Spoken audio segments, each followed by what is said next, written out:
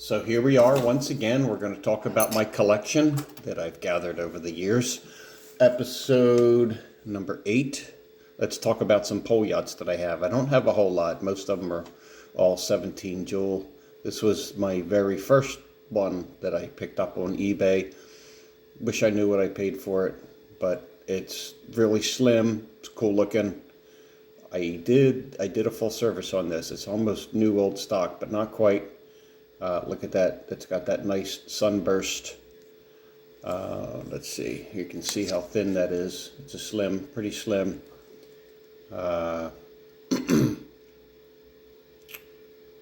Gold-plated brass.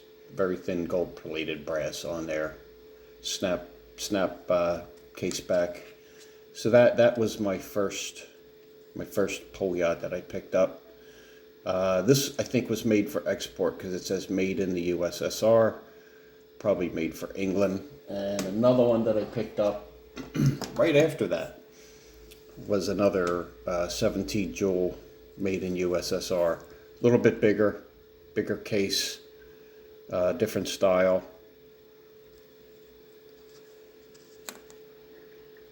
Gold plated. I think that says 10 micron. Very plain on the back side. Almost new, old stock, but it's not. It's used. I think this one got a service as well. So those are the two newer ones that I have in the pole yacht range. I got a couple of old ones. Oh no, we don't. Here's another one. Here's fairly new as far as not being ancient. Export model, thin, but it's got that high dome crystal. Don't know if it's factory. Screw down case back. Very light, very small, elegant looking. I'm not a big fan of gold. I don't like gold. I like stainless, but I picked these up over 10 years ago. I don't know. I do know. Yeah, I do. I have an automatic. I think I have an automatic pole yacht coming up next. So there's that guy. Here's one. This one's interesting. This is the automatic, and I believe it's an import. I don't think it's stainless. I think it's just chrome. I'm going to tilt my camera here a little bit. Hang on. Come on, dummy. Tilt your camera. There you go. Maybe this will work better. Should have figured this out before. Genius. It's not real pretty looking. Just like a brown brushed, or what do you call that? A faded brown. But on the back, it's got this engraving. 1980. 12/30/80. So that's December 30, 1980, and it's got all of this engraving on the on that bevel. Don't know what it says. I have a friend who's Russian. I should probably give this to him and say he's a anesthesiologist. I'll say, hey, what's this say? Probably the guy's name and anniversary, or some kind of milestone in his life. And I think that's why I picked this up, because it does have that engraving on it from 1980. Not super old, but old enough. And it's an automatic. I don't think I've serviced this yet. I should have kept records. I didn't. What are you going to do?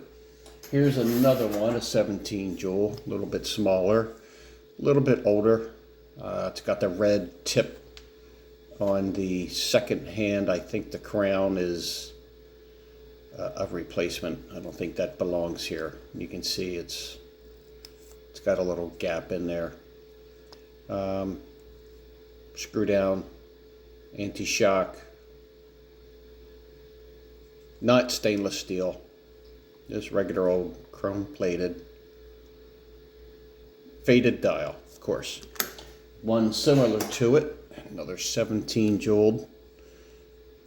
These are all eBay finds. I probably got these for, pennies on the dollar in a box lot, or, they were just out there being sold at auction or buy it now, mostly in the US. I bought quite a few overseas, but this one I haven't serviced. Oh yeah, on this one, the second hand, that second hand does not belong there, and you can see the ring. Looks like the hour hand was dragging at one time, creating that ring on the dial. There's my Polyot. I got two more Slavas, two Machbas, one with a date, one with a day date, gold plated. This is Soviet era. This has something busted with the keyworks. It won't wind up, but it will set the time. It's got like white paint across the second hand. I cannot wind it. The date adjuster does function. Yeah, I think it's 10. It's got a high crystal. These are cool to work on. This has the dual barrel, dual mainspring barrel. Gives it a decent amount of run time. But they're very tiny mainspring barrels. So I have that guy in black.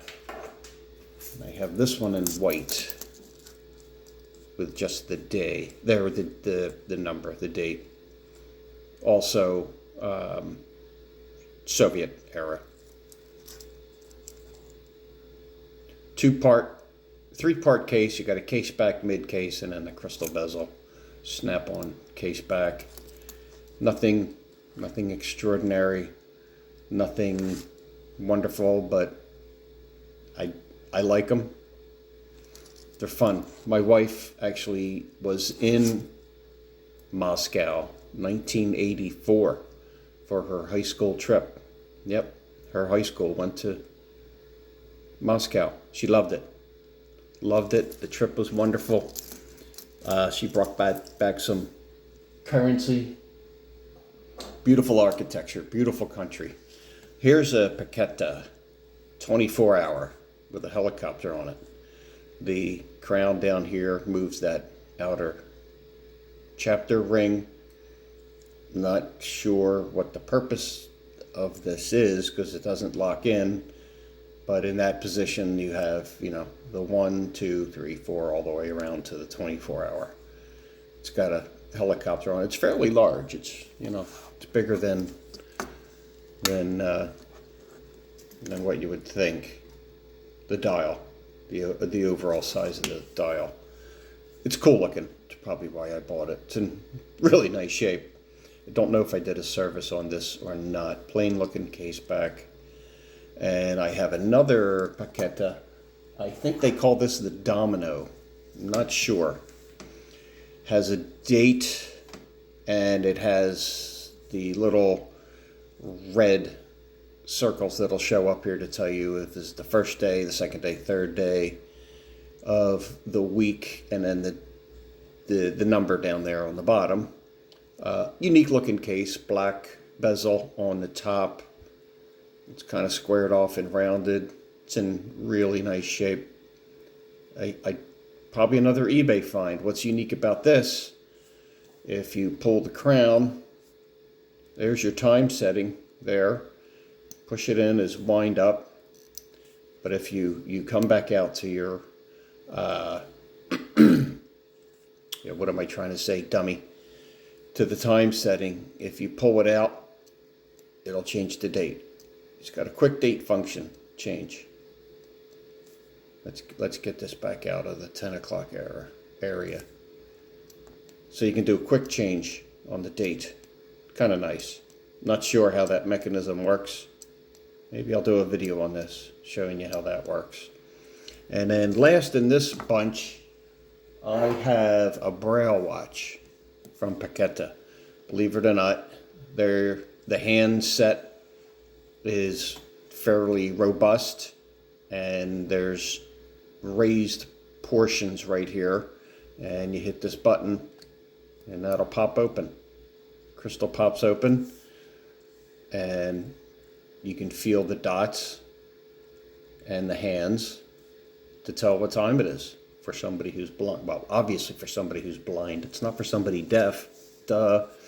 I thought this was a unique item, so I picked that up. It's pretty rough looking. The hinge is still intact. It's got some corrosion, but that's to be expected, something this old. The crown obviously doesn't belong there, but it works and it's unique. Sometimes I'll have that on my wrist and I'll pop it open to say, oh, I got to tell what time it is. And people look at you like, what, really? I go, yeah, believe it or not. So that's episode number 8. So now we're up to 80 timepieces. And as you can see, mostly Russian and Soviet. My next batch, I'll start, I'm going to finish off with I'll do 10 more, and I'll get into the micro stuff that I have. Stay tuned.